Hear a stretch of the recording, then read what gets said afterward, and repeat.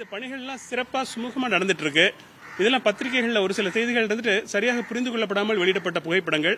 அதற்கான விளக்க போது கண்ட்ரோலர் ஆஃப் எக்ஸாமினேஷன் மூலமாக நாங்கள் கிளாரிஃபை பண்ணியிருக்கோம். தேர்வுகள் எல்லாம் சிறப்பாக நடந்து எந்த விதமான பிரச்சனை இல்லாம இப்ப தொடர் நடவடிக்கைகள் மேற்கொள்ளப்பட்டு முடிவுகள் அடுத்த மாதம் வெளியிடப்பட்டுவிடும். அண்மையில் நடைபெற்ற அந்த அரசு பணியாளர் தேர்வாணையம் நடத்தும் இளநிலை உதவி விரைவாளர் பணிக்கான தேர்வில் 2 கேள்வி தவறாக கொடுக்கப்பட்டிருந்தது. ஒன்று அந்த ஐயா வைகுண்டர் சம்பந்தமா அந்த டிரான்ஸ்லேட் அப்படியே கம்ப்ளீட்டா மாறிட்டு அந்த மாதிரி வரும்போது நம்ம அதுக்கு என்ன பண்றோம்? அதாவது வினாத்தாள்கள் பொதுவாக பல கட்டமாக தயாரிக்கப்படுகிறது. ரகசியம் கருதி அது ஒரே சமயத்தில் தயாரிக்கப்படுவதில்லை. அதுவும் பல கட்ட பரிசீலனை செய்யப்படுகிறது. அதனுடைய மொழிபெயர்ப்பு பற்றியும் அதனுடைய பாடத்திட்டத்தில் இருக்கிறதா வெளியே இருக்கிறதா என்பதெல்லாம் பல்வேறு சப்ஜெக்ட் எக்ஸ்பர்ட்ஸ் அதை பார்க்கறாங்க. நாங்க அதை நேரடியாக பார்க்க கூடாது. சப்ஜெக்ட் எக்ஸ்பர்ட்ஸ் பரிசீலனை பண்ணி அதை சீல் வச்சு அப்புறமா தான் கொஸ்டின் பேப்பர் தயார் செய்யப்படுகிறது. இருந்தாலும் ஒரு சில சமயம் அச்சுப்பிழை, பிரிண்டிங் மிஸ்டேக் அல்லது மொழிபெயர்ப்பு பிழை 1-2 இனங்களில் வந்துகிட்டே தான் இருக்கிறது. அது எங்களுக்கும் வருத்தத்தை அளிக்கிறது. முடிஞ்சவரை நாங்கள் அந்த தவறுகள் எல்லாம் இல்லாமல் தயாரிக்க வேண்டும் என்று நாங்கள் இந்த கொஸ்டின் பேப்பர் செட் பண்ற நிபுணர்களுக்கு அறிவுறுத்தி இருக்கிறோம். அதுபோல சில தவறான கேள்விகளை செட் செய்யக்கூடிய அந்த எக்ஸ்பர்ட்ஸ் இந்த பணியிலிருந்து ஒதுக்கி வைக்கப்படுகிறார்கள். இனிமே இது மாதிரி செய்யக்கூடாது நாங்கள் மிகுந்த கவனமாக தான் முயற்சி பண்ணிட்டு இருக்கோம். பட் இருந்தாலும் ஒரு சில சமயம் பிழைகள் வருவது எங்களால் தவிர்க்க இயலாத ஆகிவிடுகிறது.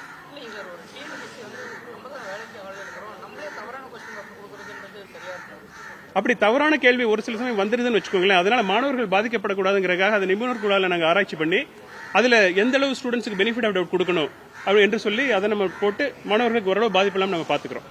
சார், இந்த ஓஎம்ஆர் ஷீட்ல இப்போ என்ன மாதிரி டேம்பரிங் நடக்காம இருக்கு, என்ன பண்ணுங்க? முன்னாடி இன்விசிபிள் இங்க் அதெல்லாம் யூஸ் பண்றாங்கன்ற குற்றச்சாட்டுலாம் வந்துச்சு. ஓஎம்ஆர் ஷீட்ல டேம்பரிங்கிறதுலாம் ரொம்ப அதெல்லாம் ஒரு சில ஆண்டுகளுக்கு முன்னாடி கேள்விப்பட்ட செய்திகள். இப்போ ஓஎம்ஆர் ஷீட்ல நம்ம பல முன்னேற்றங்கள் ஏற்படுத்திட்டோம். பல சீக்ரெட் குறியீடுகள் வச்சிருக்கோம். அது மாதிரி அதுல பார்ட் 1 பார்ட் 2 2 பார்ட்டை நம்ம பிரிச்சிருவோம். இந்த எக்ஸாமால விட்டு பேப்பர் போறப்பயே அது யாருடைய பேப்பர்னு யார் நினைச்சாலும் கண்டுபிடிக்கவே முடியாது. அது மாதிரி நம்ம பார்ட் 1 பார்ட் 2 செப்பரேட் பண்ணுவோம். அதனால ஓஎம்ஆர்ல போதுமான அளவு பாதுகாப்பு முறைகள் இருக்குன்னு நான் நினைக்கிறேன். எப்பவுமே நீங்க பாத்திருப்பீங்க, நம்ம எல்லா பணியிடங்களும் தொடர்ந்து நம்ம அதிகரிச்சுட்டு தான் போறோம். அது மாதிரி ஒரு தேர்வு நடத்துறப்போ நம்ம பல முயற்சிகள் போட்டு அந்த தேர்வு நடத்துறோம். இப்போ இன்னைக்கு 5 லட்சம் பேர் பரீட்சை எழுதுறாங்கன்னா அதுக்கு எவ்வளவு முயற்சிகள் அதுக்கு நம்ம மேற்கொண்டிருப்போம் என்று உங்களுக்கு எல்லாம் தெரியும். அதனால ஒரு பணியிடம் கூட வீணாகாமல் தேர்வு எழுதக்கூடிய மாணவர்களுக்கு அதிகமாக வேலை வாய்ப்பு கிடைக்கணுங்கிறதுக்காக நாங்க எல்லா துறைகளையும் தொடர்ந்து நாங்க கேட்டு வேலை வாய்ப்புகளை இங்க கேட்டுட்டே இருக்கோம். எப்பவுமே ஒரு நன்மை என்னன்னா, நம்ம இறுதி முடிவு வெளியிடுற வரைக்கும் கவுன்சிலிங் நடக்கிற வரைக்கும் நம்ம பணியிடங்களை அதிகரிச்சுட்டே போகலாம். அந்த அடிப்படையில் நம்ம குரூப் 4 அதிகரிச்சோம். அது மாதிரி குரூப் 2 நிச்சயமா அதிகரிக்க நல்ல வாய்ப்பு இருக்குது.